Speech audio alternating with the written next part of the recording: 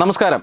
ഇറാന്റെ പരമോന്നത ആത്മീയ നേതാവ് ആയത്തുള്ള അലി ഖമൈനിയെ ഇസ്രായേൽ സേന വധിച്ചോ എന്ന സംശയം ഇപ്പോൾ ഉയരുകയാണ്. കാരണം സമൂഹ മാധ്യമങ്ങളിലെല്ലാം ഖമൈനിയെ വധിച്ചു എന്ന രീതിയിലുള്ള ചില സന്ദേശങ്ങൾ പരക്കുന്നുണ്ട്. കാരണം ഖമൈനിയെ വധിക്കുകയാണ് ഇസ്രായേലിൻ്റെ ഉദ്ദേശം എന്ന് നേരത്തെ തന്നെ ഇസ്രായേൽ വ്യക്തമാക്കിയതാണ്. ഖമൈനിയെ വധിക്കുന്നതോടുകൂടി ഇറാനിൽ ഭരണമാറ്റം ഉണ്ടാക്കാമെന്നും അങ്ങനെ യുദ്ധം അവസാനിപ്പിക്കാമെന്നുമാണ് ഇസ്രായേൽ കണക്ക് കൂട്ടുന്നത്. അങ്ങനെ ഒരു അവസാനം ഉണ്ടാകുന്നത് വരെ പോരാട്ടത്തിനുണ്ടാകും എന്ന് പ്രഖ്യാപിച്ചതിന് ശേഷമാണ് ഇറാനുമായി ഇസ്രായേൽ സംഘർഷത്തിൽ ഏർപ്പെടുന്നത്.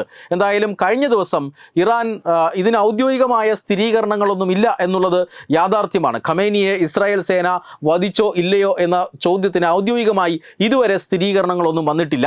പക്ഷേ അനൗദ്യോഗികമായി സമൂഹ മാധ്യമങ്ങളിലും മറ്റും ഖമൈനിയുടെ ചിത്രമടക്കം ചേർത്ത് എലിമിനേറ്റഡ് എന്ന രീതിയിൽ ചിത്രങ്ങൾ പ്രചരിപ്പിക്കുന്നുണ്ട്. ചില സൂചനകൾ പലയിടങ്ങളിൽ നിന്നും വരുന്നുണ്ട്. ഇതിൻ്റെ ഒരു സമയമാണ് വളരെ പ്രധാനപ്പെട്ടത്. കാരണം വ്യാജ വാർത്തകൾ ഇത്തരത്തിൽ സമൂഹ മാധ്യമങ്ങളിൽ പ്രചരിപ്പിക്കപ്പെടുക സ്വാഭാവികമാണ്. പക്ഷേ ഇതിൻ്റെ ഒരു സമയം അത് വളരെ പ്രധാനപ്പെട്ടതാണ്.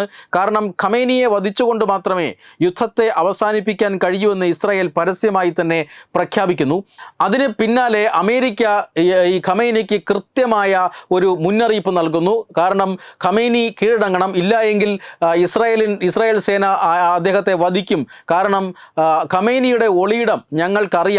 ഈ ആക്രമണം തുടങ്ങിയ അന്ന് മുതൽ തന്നെ ഖമൈനി അടക്കമുള്ള ഉന്നത നേതാക്കൾ ഒളിവിലാണ്, ബങ്കറുകളിൽ, ഭൂഗർഭ അറകളിൽ ഒളിവിലാണ് എന്നാണ് ലഭിക്കുന്ന സൂചന.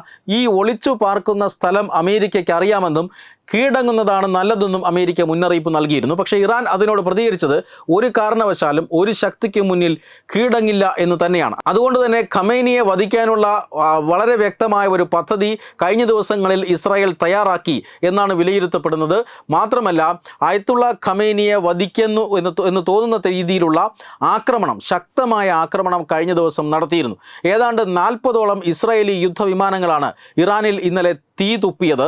100ഓളം കേന്ദ്രങ്ങളിലാണ് പ്രിസിഷൻ അറ്റാക്ക് നടത്തിയത്.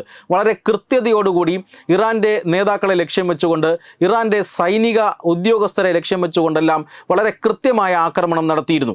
ആദ്യ ദിവസം മുതൽ തന്നെ ഇസ്രായേലിൻ്റെ ഇത്തരം ആക്രമണങ്ങളിൽ വളരെ പ്രധാനപ്പെട്ട നേതാക്കന്മാർ കൊല്ലപ്പെടുക എന്നുള്ളത് നമ്മൾ കണ്ടതാണ്. അത് ആക്രമണം നടത്തിയ അടുത്ത ദിവസങ്ങളിലൊക്കെ ആയിരിക്കും ആരൊക്കെയാണ് കൊല്ലപ്പെട്ടത് എന്ന വിവരങ്ങൾ ഇസ്രായേൽ പുറത്തുവിടുന്നത്. ഇപ്പോഴിതാ കഴിഞ്ഞ ദിവസം നടത്തിയ ആക്രമണം അത്തരത്തിലൊരു ശക്തമായ ആക്രമണമാണ് എന്നും ഖമൈനി അടക്കമുള്ള ആളുകൾ കൊല്ലപ്പെട്ടിട്ടുണ്ട് എന്നുള്ള ഒരു സംശയം പ്രചരിപ്പിക്കുന്നുണ്ട്. എന്തായാലും ആ സംശയമാണ് ഈ സമൂഹ മാധ്യമങ്ങളിൽ പ്രചരിപ്പിക്കപ്പെടുന്നത്. ഇസ്രായേലിൻ്റെ ഒരു സ്ഥിരീകരണത്തിനായി എല്ലാവരും കാത്തിരിക്കുകയുമാണ്.